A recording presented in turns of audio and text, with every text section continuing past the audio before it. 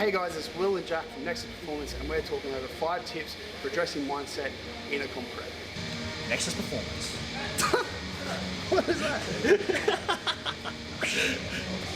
So our tip number 1 is understanding overload, or understanding how progression works. As a coach that's prepped a lot of people into a comp, a lot of people get caught up in this mindset of having to force progression every week. They want to add weight to the bar every week, they want to do more reps every week, whatever it is, they've got to beat last week. And I think that's not a bad mindset to have, but understand that progression happens over a long period of time by providing the body a stimulus to adapt to, and then providing an environment for the adaptations to happen, like with nutrition and with stress management and things like that.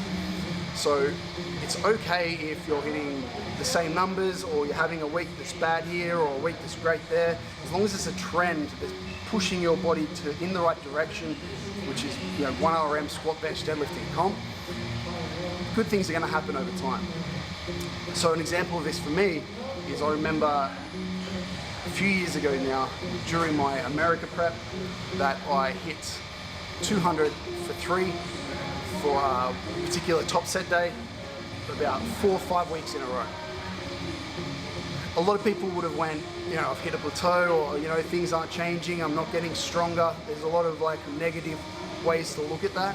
So if you understand that it's just about giving the body a stimulus to adapt to, and then setting up an environment with nutrition and all that to allow for recovery and adaptation to that stimulus, that's all that matters. And it doesn't matter if you do 100 this week, or 105 next week, and then 95 the next week, whatever it is. It doesn't matter. It's about a trend of progression, a trend of stimulus to the body to force an adaptation.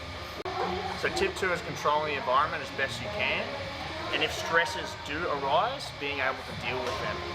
So this is possibly even planning ahead, so reducing social events during a prep, being on your nutrition, possibly meal prepping during a prep, having a good sleep schedule as well.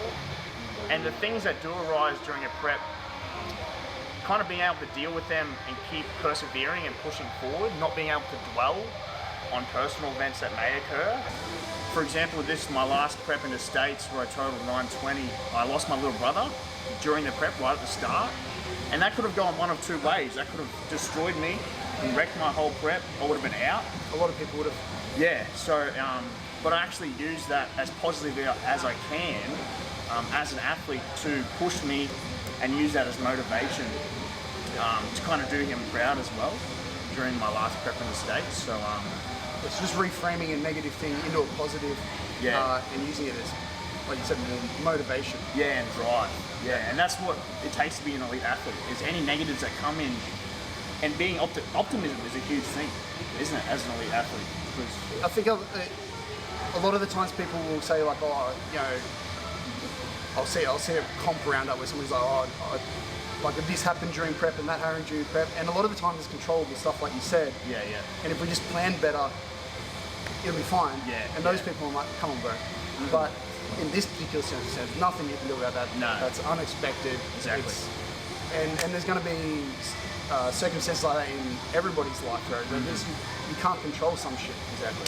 Yeah. And just how you deal with it, like how you dealt with it. Yeah, exactly. Is a skill, and is something you need to learn to do. Mm-hmm. And that probably separates your intermediate lifters from your higher lifters, wouldn't it? Yeah, or even the good from the great, I would say. Yeah, exactly. Yeah. Awesome. All right, so our next point is dealing with failed lifts during a prep, and being able to keep your attention where it needs to be.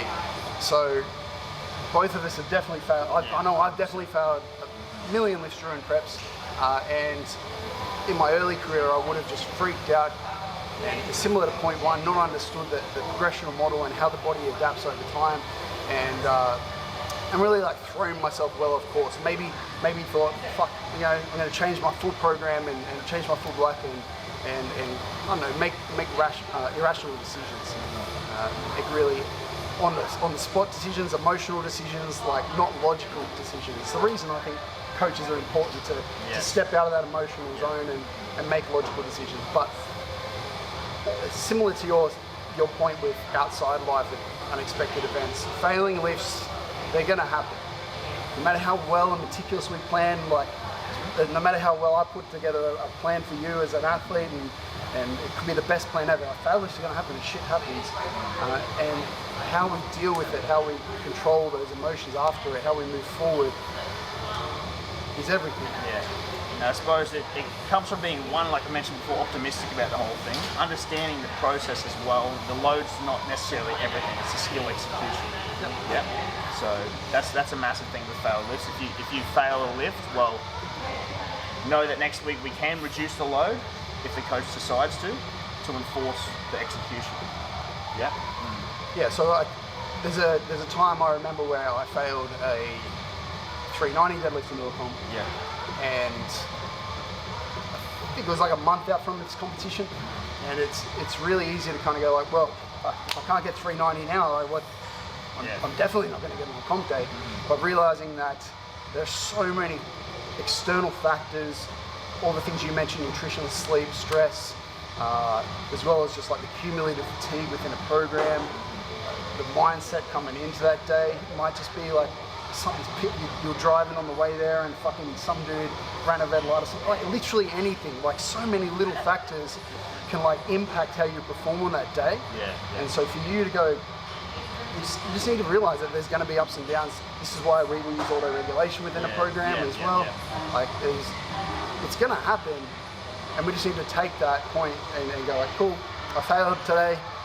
Maybe do a review. We'll go like, why did I fail? What are the potential reasons? Can I actually control any of these things? How can I do better next time? It's kind of like you have to shrug it off and self-reflect. Definitely self-reflect.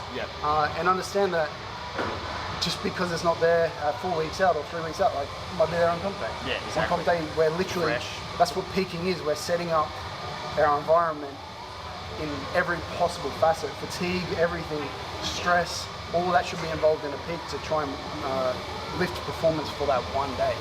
So like it's always going to be better on comp day. So not just letting it destroy you and try and rein back in that mental one, understanding the process. Tip 5, communicate. Okay, tip 4. Tip 4, communicating and trusting your coach. So I remember I contacted Will 2 years ago to become my coach, and the trust was there because he was one of the best in the country at the time. I was like, if you want to be the best, he's competed at Pro Raw. You want to be the best, you go to the best. As simple as that. And I suppose that trust has always been there, and over time, because we have similar personalities and we get along, the communication was easy as well, and the trust developed as well. You need to be able to communicate well.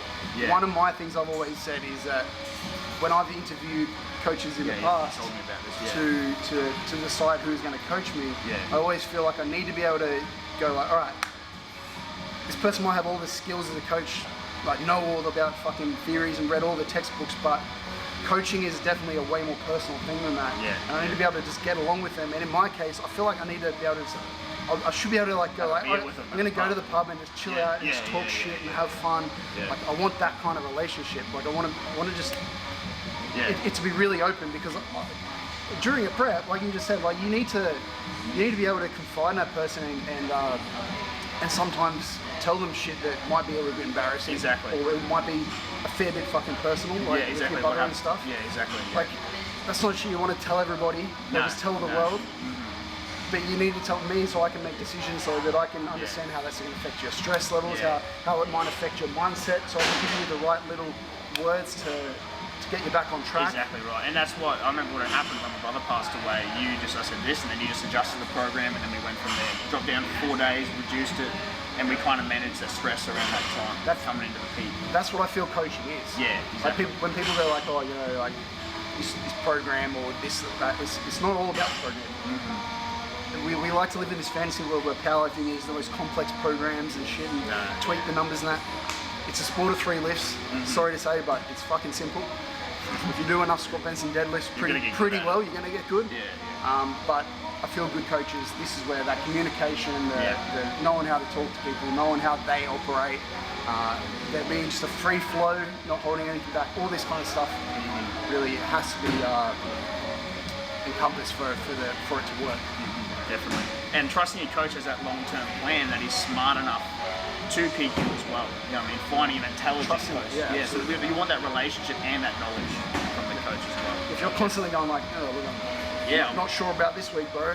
Yeah, I'm pulling like grinding singles 10 weeks out. Yeah, but if you had that day, I would expect you to come to me and go exactly, like, hey man, like, why have we got this in there? That seems stupid. Yeah, and I'll be like, well, we're doing it because of this.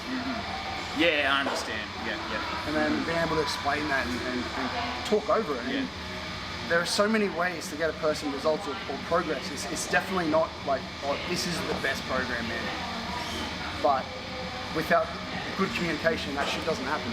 The right adjustments don't happen. Yeah. Tip 5. Tip 5, understanding that fatigue is part of the process. So during a prep, you're coming in like being fully recovered isn't a thing. Each week you're hitting pretty damn heavy lifts. We've got 10 plus weeks of that. It does take a toll on the body. Your joints can hurt. The cumulative fatigues week to week. Hopefully we're controlling that through like having the correct volume or deloading at the right time, having good sleep, having good nutrition, having good stress management, all that stuff.